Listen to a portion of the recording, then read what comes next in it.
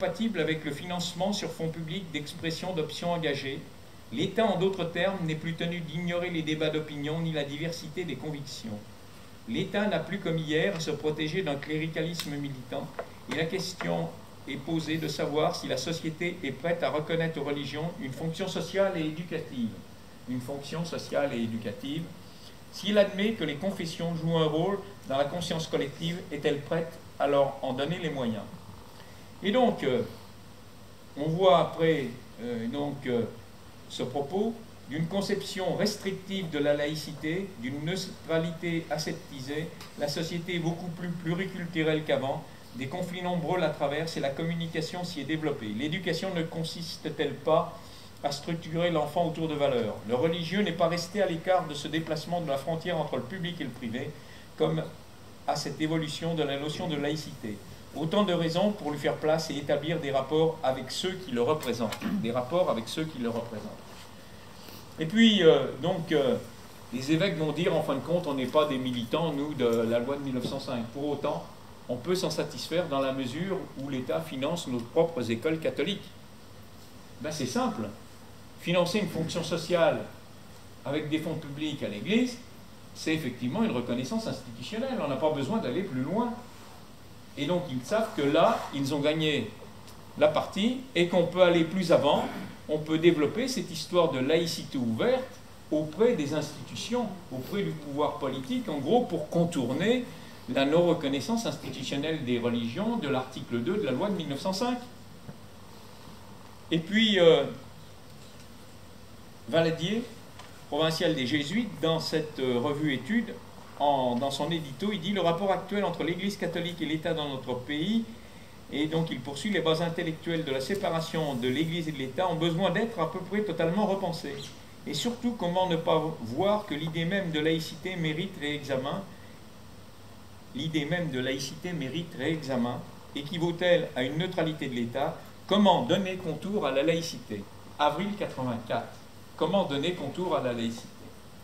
Et puis je vais sauter des étapes. Parce qu'après, on a vu fleurir effectivement divers adjectifs, disons, accolés à laïcité plurielle, nouvelle, d'apaisement, juste. Et puis, de l'autre côté, ceux qui ont fondé la laïcité de séparation et la loi de 1905, on disait en fin de compte que c'était une laïcité dépassée, ringarde, frileuse, d'abstention, mutilante, d'ignorance, liberticide, discriminatoire. Voilà donc tout ce qu'on a, disons, comme qualificatif par rapport à une position qui s'appuie sur la loi de 1905. Donc, en fait, on ne critique pas directement la loi de 1905, mais on dénature ses principes et on est en train de construire une laïcité ouverte. Si bien que, le haut de la conférence épiscopale, en 1987, voilà le propos de son président, le cardinal Villeneuve. L'heure semblerait venue de travailler avec d'autres à redéfinir le cadre institutionnel de la laïcité. Les choses sont claires. Avec d'autres. Bon, je ne vais peut-être pas détailler sur les autres, mais il y a plein de choses. Entre l'Église et l'État, nous dit de Courtrai, on ne peut plus parler de séparation, mais de collaboration. Et puis Lustiger, bien connu ici à Orléans, si l'État ne faisait pas l'effort de redéfinir les conditions de la séparation, dans l'état actuel des mœurs et de la société, il porterait gravement atteinte à un droit imprescriptible au patrimoine spirituel qui est un bien de la nation. Et puis, bien sûr, les choses vont se développer. Il va y avoir des prises de position, il va y avoir l'interférence avec, disons, l'école pratique des hautes études, il va y avoir tout un tas de... Voilà, c'est d'ailleurs le seul lieu où, disons, il y a une formation à la laïcité, disons, par un établissement public. D'un point de vue sociologique d'ailleurs, rien en matière, disons, de droit, rien en matière historique ou philosophique. Et puis, il y a des débats, des colloques qui s'organisent. Et dans ces colloques en particulier, eh bien, il y a, disons, sont organisés généralement par certains par le Centre de Sèvres ou le journal La Croix. Deux de ces débats, d'ailleurs, ont fait l'objet d'un livre de René Raymond, encore lui, Donc c'était un débat qui a eu lieu en avril 89, laïcité et débat d'aujourd'hui, organisé par la Croix l'événement. Et donc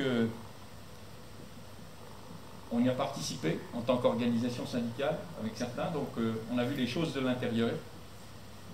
26 et 27 mai 89, pluralité des religions et état laïque par le Centre de Sèvres et la revue Jésuite Études. Là aussi, moi j'étais dans la salle, là, voilà, et j'ai écouté sagement tout ceci. Et René Raymond, en fin de compte, pourquoi? Religieusement. Religieusement. On a le droit quand même d'avoir des convictions spirituelles, non? Bon, alors, René Raymond nous dit « La laïcité est évolutive, la notion tout autant que la pratique. Dans cette évolution, les circonstances ont joué un rôle souvent déterminant. Cette histoire n'est pas close, le dernier mot n'est pas dit, n'est pas exclu que l'évolution remette parfois en question tel ou tel acquis que l'on croyait irréversible. D'une conception étroite de la laïcité, il a fallu passer à une conception ouverte. » Voilà, hein, donc c'est très clair. Et puis Henri Madelin, qui intervenait dans ces colloques-là, en particulier celui organisé par le Centre de Sèvres, parce que, eh bien, c'était lui l'organisateur, il était provincial des Jésuites. Entre parenthèses, Madelin est toujours en activité, il est nonce apostolique auprès de toutes les institutions européennes. C'est lui qui accueille le pape François en novembre 2014, en particulier. Madelin dit ceci: par la transformation du paysage religieux, écoutez par là, arrivée de l'islam, faut-il repenser la laïcité et lui faire franchir de nouvelles étapes, car les circonstances ont changé. Regardez autrement le modèle hexagonal en matière de laïcité. Si nous ne voulons pas bouger dans nos pratiques habituelles, là comme ailleurs, l'Europe se chargera de nous y obliger. Sauf que la plupart des textes européens, eh bien, disent en fin de compte, eh bien, en cette matière, des relations entre l'État et les Églises, chaque État définit, en fin de compte, c'est son positionnement.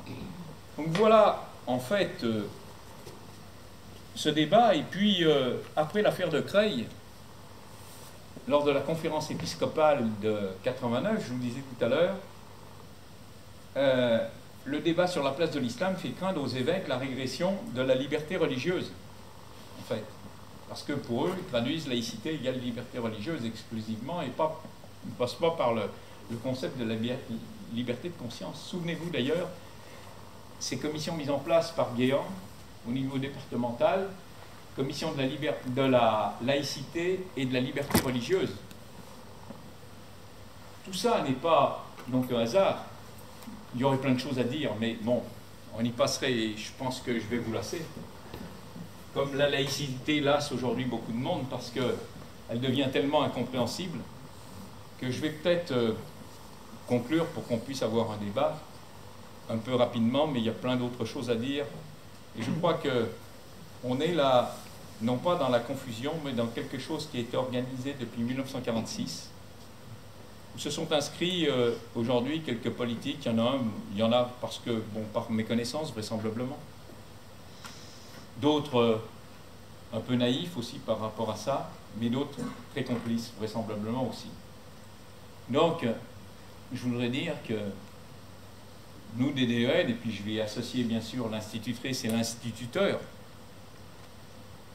sont supérieurs au curé et au pasteur, vous en doutez pas, non pas en tant que femme et en tant qu'homme, bien évidemment, ça je ne vais pas me permettre ceci, mais par rapport à leur mission, parce qu'ils accueillent dans la même communion civile du vivre ensemble tous les jeunes, quelle que soit l'origine sociale, quelle que soit la religion ou non des familles. C'est ça la fierté de notre école publique et surtout de sa laïcité. Merci.